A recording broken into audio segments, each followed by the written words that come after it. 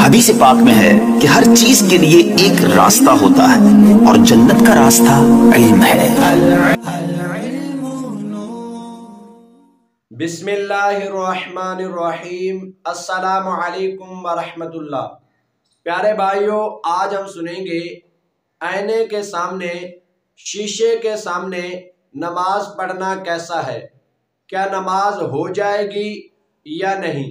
پیارے بھائیوں، شیشے والے دروازے ہوں یا ویسے شیشہ لگا ہوا ہو تو اس کے سامنے نماز پڑھنا جائز ہے۔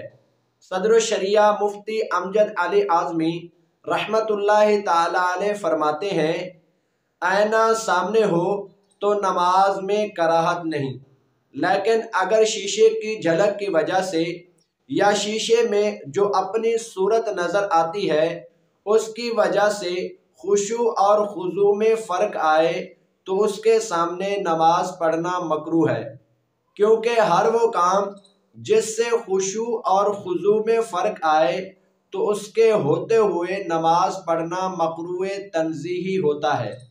پیارے بھائیوں، شیشے کے سامنے نماز پڑھنا جائز ہے اور نماز ہو جائے گی۔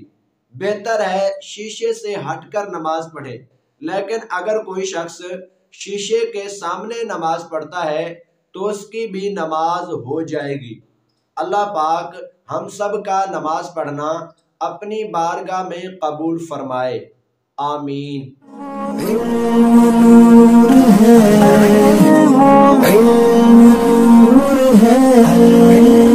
حدیث پاک میں ہے کہ ہر چیز کے لیے ایک راستہ ہوتا ہے اور جنت کا راستہ علم ہے۔